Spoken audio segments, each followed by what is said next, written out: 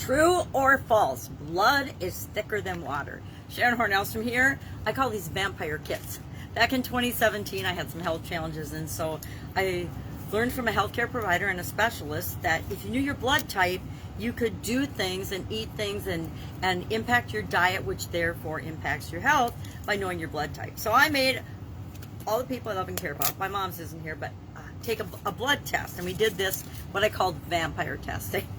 And everybody got tested to find out what blood type they were, because what I found out, and maybe it's better nowadays, but it's really, really hard to figure out what your blood type is unless you know it. Blood type is something that they test every time you go into the hospital or you have a procedure, because there's such bad ramifications if they make a mistake and they try to put the wrong blood in you. So it turns out my mom and my son-in-law and I are all A positive. My daughter, my son, and my mother-in-law are all B positive. So I thought that was interesting. My kids both take after their dad. I don't know what his blood type is, but that's interesting, because when I first found out about eating for your blood type, I went on this huge search, tried to call all my healthcare providers, tried to find it in my medical records. I'd had 2 kids. I'd been through a couple of surgeries and a lot of health challenges. I had literally boxes of medical records, none of which contained my blood type, which I thought was mind-boggling. Now everything's online, and maybe they keep better track of that, but I guess it's easy to make a mistake and accidentally put in the wrong blood type, and it's quick and easy to check and verify the blood type before you make a mistake. So that's why I have vampire kits. So my question for you, though, is our idiom today, our relationship-related idiom, is blood is thicker than water. I actually talked about this back in 2020, I think February 16th of 2020, but since I'm hanging with my granddaughter this week while my son and daughter were in Alaska, they just got back this morning, I didn't get time to go back and listen to that and research it. I don't usually go back and listen to my videos anyway. I guess it's a embarrassment thing. It's like I can't go watch myself talk about something, you know, a couple years ago even. It's so rough to listen to yourself talk about things. So blood is thicker than water. This is one of those idioms that dates back to the 12th century in German, and it showed up as a proverb in English in the 17th century. So in the 1600s, it's been around hundreds and hundreds of years. Now, we can look at this different ways, scientifically. And actually, the original version of this was blood of the covenant is thicker than the water of the womb. And that just became shortened to blood is thicker than water. Now, scientifically, I would contend blood is thicker than water, literally and figuratively. And if you did scientific tests, you would find out the density and the thickness and the weight, etc., is thicker. So how do I like to look at situations, any situation, not just business situations, but life situations? I actually look for real science, not some of the science like we've seen with COVID pandemic, but real, actual science, not misinformation. So I will say, what are the facts? What is known about this situation? Number 2, I look to my own experience, my own past experience, my own current experience, my own results that I've gotten in an area, previous, as well as what's presently going on and what I might estimate or think the future will look like. And then I decide, and I'm talking about now bringing people into my business or doing business with family.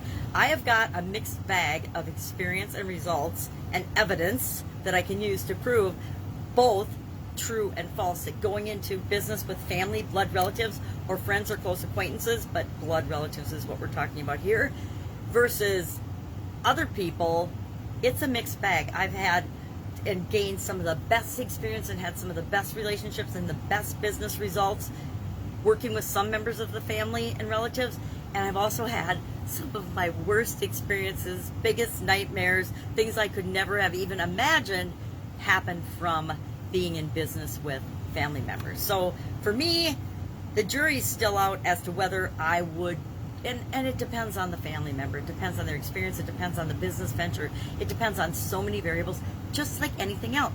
If we're hiring for a position and we're bringing someone into our business that's a relative or not, we need to use the same criteria. My advice and my guidance, and I'm not a lawyer, but my guidance and my advice is to use the same criteria you would for bringing in another outside person.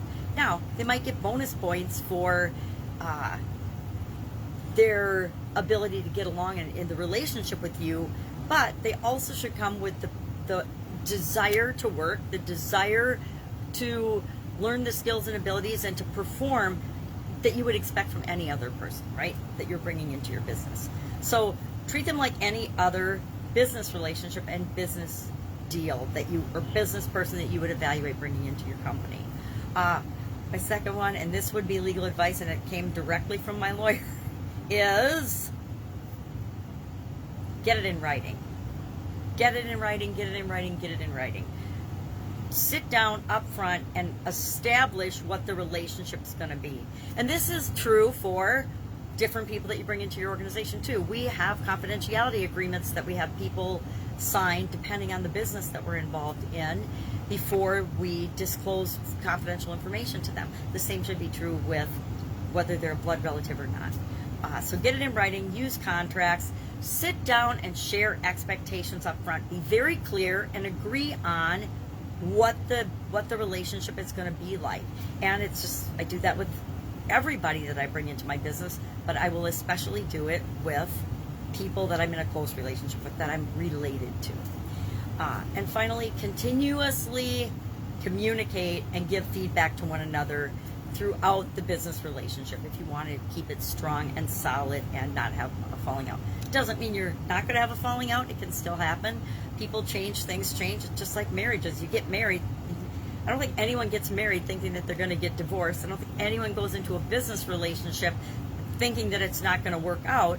Yet, just like marriages, I would say at least half or more of business relationships don't work out. So we prepare ahead of time for that. People have prenups.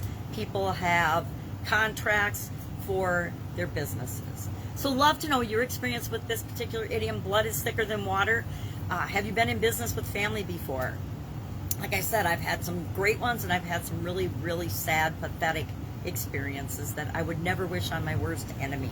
So share in the comments below, do you think it's true or false that blood is thicker than water, that you should bring people that are close to you? I believe in helping people that I love and care about and bringing them along whenever possible in the things that I'm doing and helping them to grow and build and supersize their businesses. So I might not be the best person to talk and advise on this, but I do have a lot of experience in it. All right, any questions? Have an awesome day. If I can help you, ask. Otherwise, I'll see you tomorrow.